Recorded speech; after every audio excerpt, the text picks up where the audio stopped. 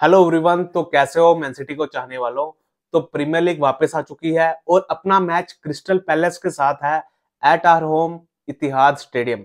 अगर मैं बात करूं मैन सिटी की, so we are currently fifth in premier league table with 52 points. अगर मैं क्रिस्टल पैलेस की बात करूं तो उनकी फॉर्म काफी अच्छी चल रही है और काफी अच्छा रन चल रहा है क्रिस्टल पैलेस का।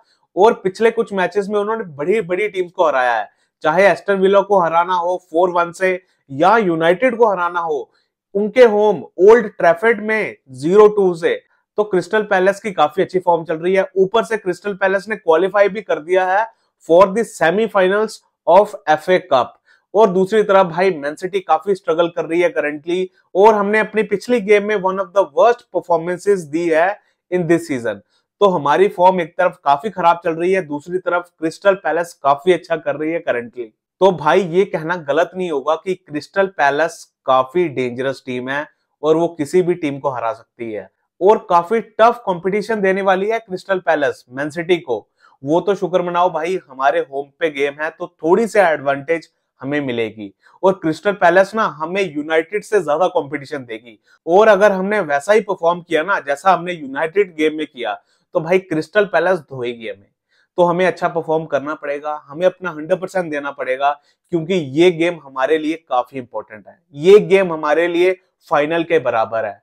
करंटली हम 6th पे हैं इन प्रीमियर लीग टेबल, तो काफी जरूरी है मैन सिटी के लिए ये गेम जीतना और 3 पॉइंट्स लेना।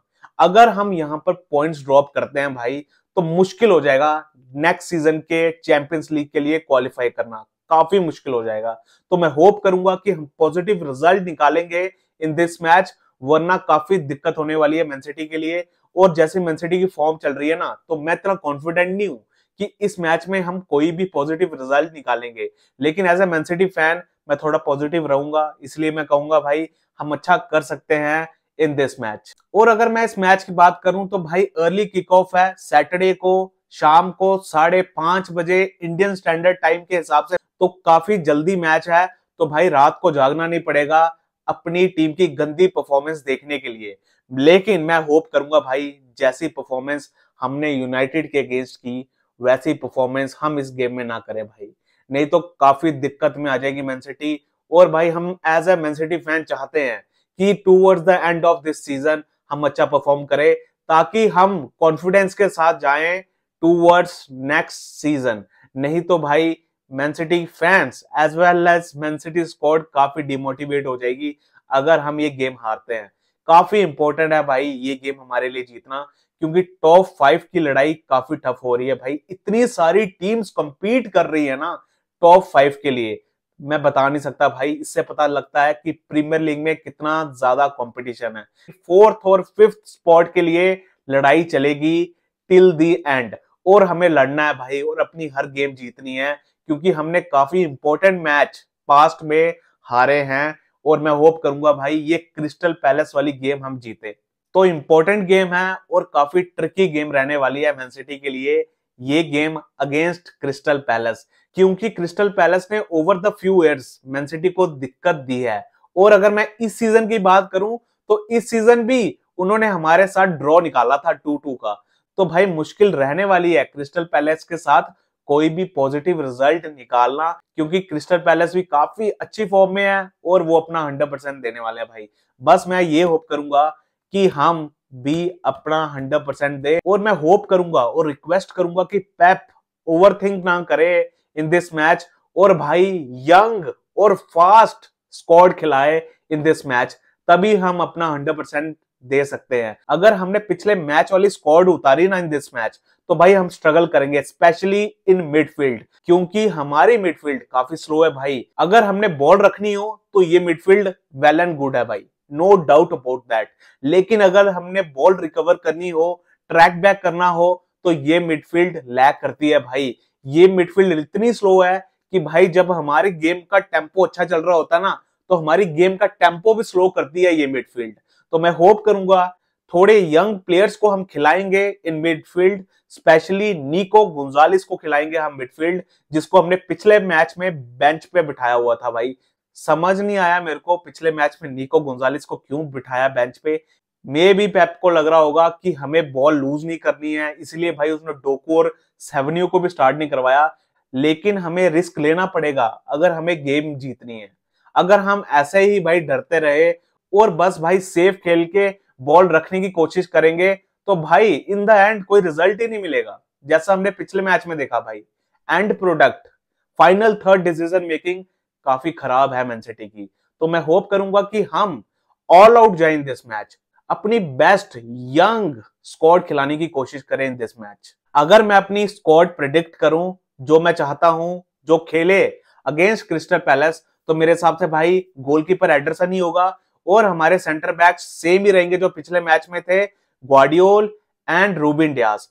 और हमारा लेफ्ट बैक भाई पिछले मैच की तरह ही निको रैली होना चाहिए और राइट बैक भाई नूनेस, क्योंकि अगेंस्ट यूनाइटेड नूनेस ने अच्छा किया था एज राइट बैक, चाहे डिफेंस हो चाहे अटैक में हेल्प करना हो, नूनेस ने भाई ओके ओके किया था। और टू बी ऑनेस्ट हमारे पास राइट बैक में ज्यादा ऑप्शन भी नहीं है, तो हमें नूनेस को खिलाना ही पड़ेगा। और अगर मैं मिडफील्ड की बात करूं, मैं होप करूंगा कि निको गोंजालेस और कोवाचिच का हम डबल पिवेट खिलाएं, और कोवाचिच की जगह हम गुंडो को भी खिला सकते हैं भाई, लेकिन अकॉर्डिंग टू मी निको गोंजालेस का मिडफील्ड में खेलना काफी जरूरी है भाई। उसकी वजह से भाई थोड़ा कंट्रोल मिलता है, फिजिकल प्रेजेंस मिलती है मिडफील्ड में, और मिडफील्ड थोड़ी फास्ट लगती है। नहीं तो भाई हमारे बाकी प्लेयर्स की वजह से हमारी मिडफील्ड काफी स्लो लगती है। मैं होप करूंगा कि निको गोंजालेस स्टार्ट करेगा। और अगर मैं अटैक की बात करूं तो मैं होप करूंगा कि केडीबी स्टार्ट करेगा एज नंबर 10, बिकॉज फोर्डन की गेम्स काफी खराब चल रही हैं और फोर्डन का ये सीजन बद से बदतर हुए जा रहा है भाई, उसकी परफॉर्मेंसेस नहीं आ रही हैं। पिछले मैच में भी भाई फोर्डन ने ज्यादा कंट्रीब्यूट नहीं किया फॉर मैनचेस्टर सिटी और काफी खराब गेम रही फोर्डन की पिछली। इवन भाई पूरा सीजन ही फोर्डन का काफी खराब चल रहा है, इसीलिए मैं चाहता हूं कि नंबर 10 स्टार्ट करे केडीबी। और मैं अटैक में लेफ्ट में देखना चाहूंगा डोकू को, राइट में सेवनियो को, और हमारा स्ट्राइकर होना चाहिए मार्मूश। मैं होप करूंगा कि पेप यही स्क्वाड खिलाए, क्योंकि भाई ये स्क्वाड हमें रिजल्ट देगी अकॉर्डिंग टू मी।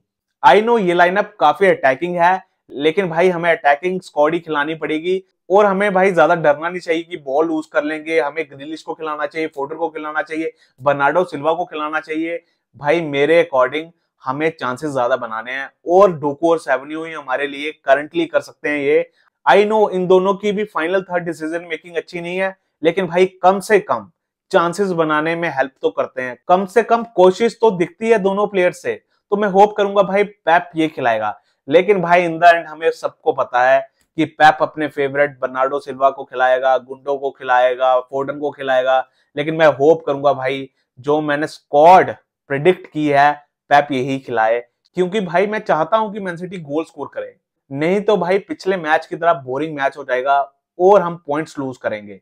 हमें भाई ऑल आउट जाना है और भाई रिस्क लेना पड़ेगा अगर हमें 3 पॉइंट्स लेने हैं अगेंस्ट क्रिस्टल पैलेस। और मैं ये भी होप करूंगा कि हमारी मिडफील्ड जो पिछले मैच में लैक कर रही थी क्रिएटिविटी, वो इस मैच में ना करे भाई। और भाई थोड़ा रिस्क लेने की कोशिश करें, क्योंकि हमारी मिडफील्ड का ज्यादा फोकस रहता है कि बॉल लूज नहीं करनी है, बॉल लूज नहीं करनी है, बस बैक पास करते रहते हैं भाई, कोई रिस्क लेते ही नहीं। तो मैं होप करूंगा कि इस मैच में हम थोड़े रिस्क लेने की कोशिश करेंगे, तभी भाई 3 पॉइंट्स मिल सकते हैं।